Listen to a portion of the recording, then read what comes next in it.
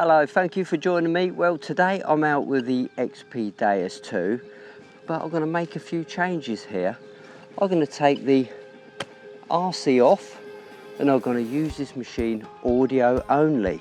Now the questions we need to ask ourselves is, using the machine audio only, will it lose us targets or will it make us better detectorists? And we can have a talk about this at the end of the video. So let's get out there and do a little bit of detecting. Tones and program choices, well, that's entirely up to you guys. What I'm using today is my modified full tone program because I think it will give me lots of information without the need of a meter. As you can hear already, there's so much going on in this field. There's loads of iron. So it's going to be an interesting test to see if we get caught out by misshaped iron or can our ears correctly identify it. One thing I've very quickly realised is we use this machine audio only without realising it, because we just detect normally. We don't detect looking at the meter, do we? We only look at the meter when we get a target. Can you hear that one's choppy and spitty? Turn 90 degrees and you've got the dreaded iron sound, so we're going to ignore that. There's so much going on in this field. This is going to be a real good test for using this machine audio only. And another thing was occurred to me, correct me if I'm wrong, but I think the XP DEUS is the only machine where the meter can be removed. And don't forget, the same principle applies to the DEUS 1 and the ORX. Does it make you a good detectorist? Quite possibly, you know. When you're taking a meter away, you're taking away one dimension, but what you're doing is you're enhancing other dimensions. The audio, your ears will become tuned to those little sounds coming from the DEUS. And if I was to use headphones, that experience would be vastly enhanced. Using this DEUS with no meter has really got me thinking, you know, because I speak to people who say I never dig below 50 because it's always trash.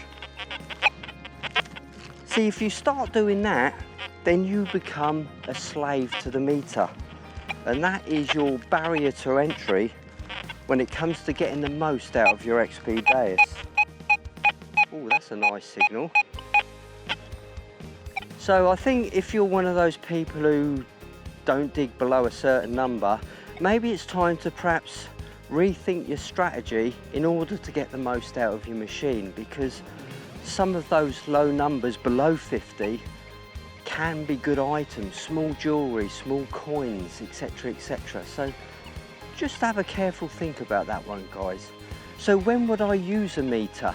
I'd certainly refer to the meter if I was park hunting for coins, especially if I knew the target ID of the desired coins. But I'd also be aware that target IDs may change depending on depth and nearby contamination, such as nails or foil.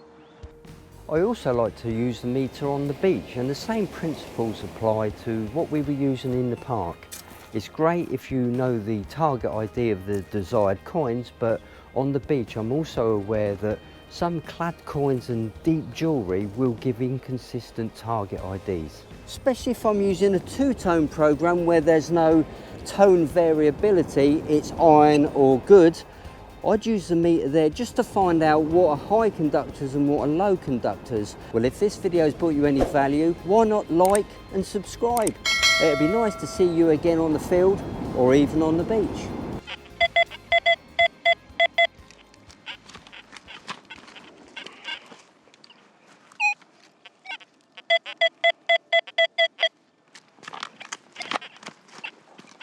Right, should be there. Yeah, there it is.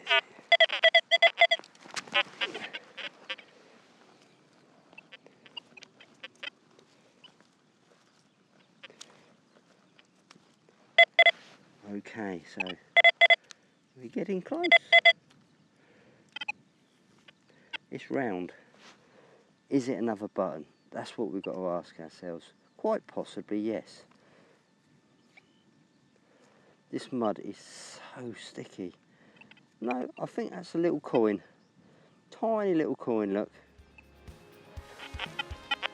I mean, I love the thought of jazzy coloured meters, but can they tell you the size and depth of a target? I don't think so. One day perhaps, and that'd be really cool, but I don't think it'll be in our lifetime. Not going to miss that one, are you?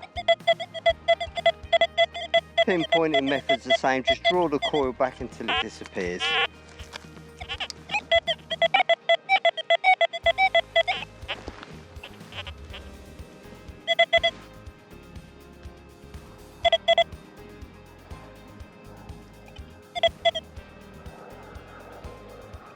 Another small target, I think. Yes.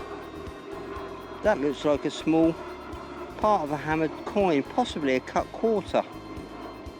Fantastic. Wouldn't it be nice to have a detector with a touch screen? Seriously?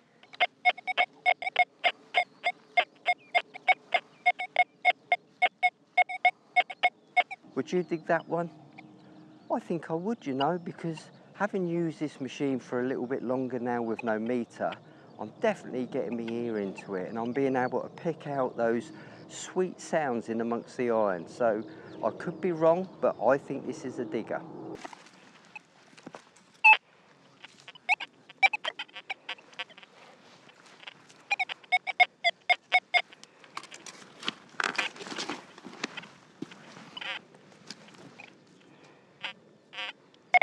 Ah.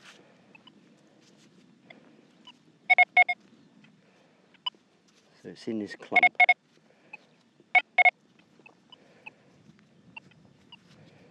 There you go, it's just a button, I think. There you go, look. Just a button, that's all it is. But that was an interesting sound, wasn't it? It had the iron with it, but there was something good coming through. And I think the more I use this machine without a meter, the better I'm getting with it. Now, could the iron tone have come from the iron shank of the button? So many things to think about, isn't there?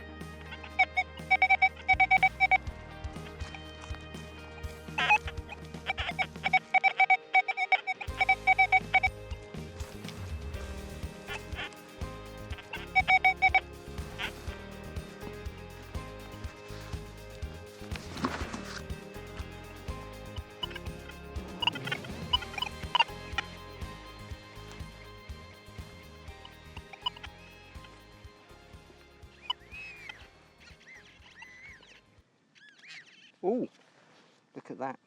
That looks like a really small silver coin. Fantastic. Look at that. Lovely little silver coin. Let's give that a bit of a clean up. So based on our earlier question, by removing the meter, will it make us a better detectorist? I think in many ways it will, you know. Will I continue to use the XP DEUS without the meter? And the honest answer to that is no. I like to use the meter.